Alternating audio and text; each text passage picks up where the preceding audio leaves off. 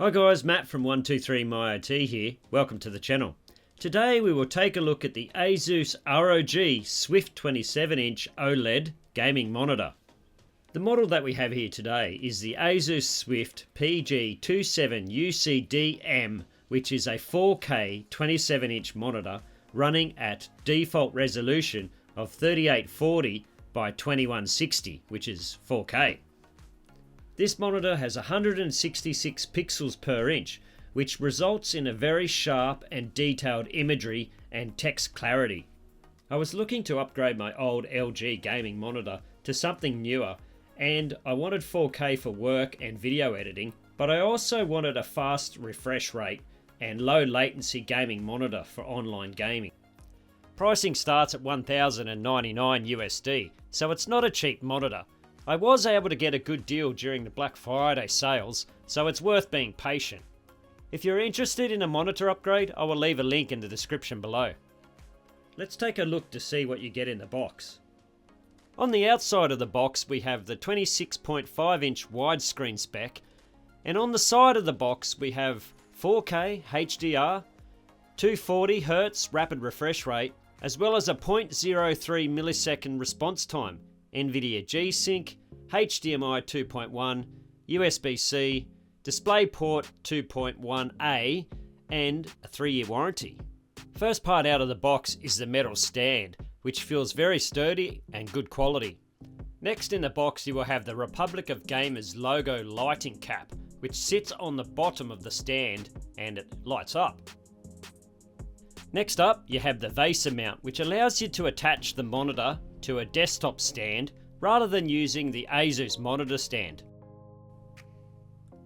Plug the back of your stand in and you will need to tighten the screw on the bottom of the stand to hold it in place.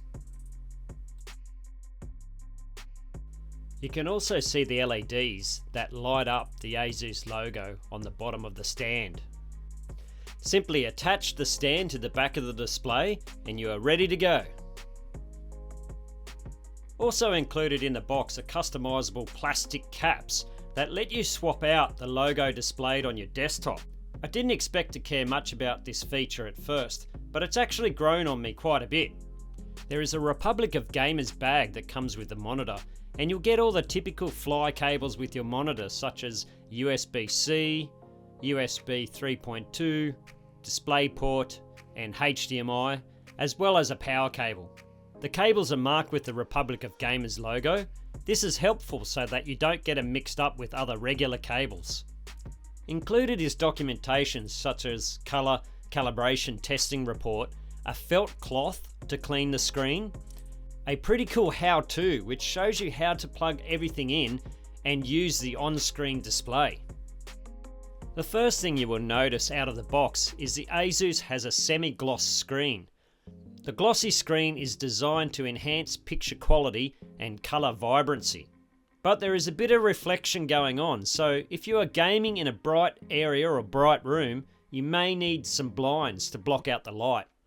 In terms of connectivity, first up you have the power plug, 3 USB 3.2 ports, a USB hub, a Kensington lock, 2 HDMI ports, 1 DisplayPort, USB-C and an earphone jack. The stand includes built-in cable management, which helps keep your setup looking clean and organised. In terms of desktop real estate, the stand has a footprint of about 11 inches, so if you're limited on desk space, it's something to consider. Alright, the ASUS is all set up. Let's take a look around the outside. There's some cool Republic of Gamers lighting effects on the back as well as the stand. These can be enabled in the on-screen display. Simply press the OSD button and scroll down to the lighting effect menu. And you can change settings such as colour and lighting cycles such as breathing and strobing. The ASUS stand allows you to adjust the height up and down, tilt 20 degrees back and forward, adjust 30 degrees side to side,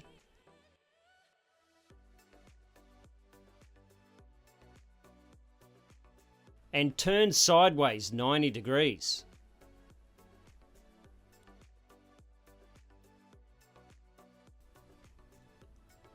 After 4 months of use, these are the features that I use on the ASUS. First up, if I'm playing a FPS like PUBG, I add in the display crosshair.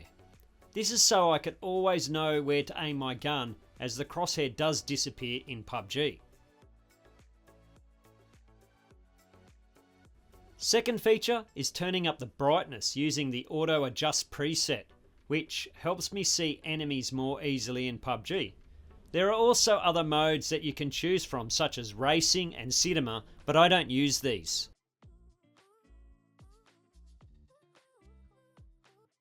In terms of quality, the first thing you will notice is the colours are more vibrant and the blacks are deeper. The next thing you will notice is the pixel density. Remember, this is a 4K screen at 166 pixels per inch. This means text and images will have a lot more detail. What I noticed in PUBG was the detail on the characters and the guns. They look amazing, and it made me wonder why I didn't upgrade sooner.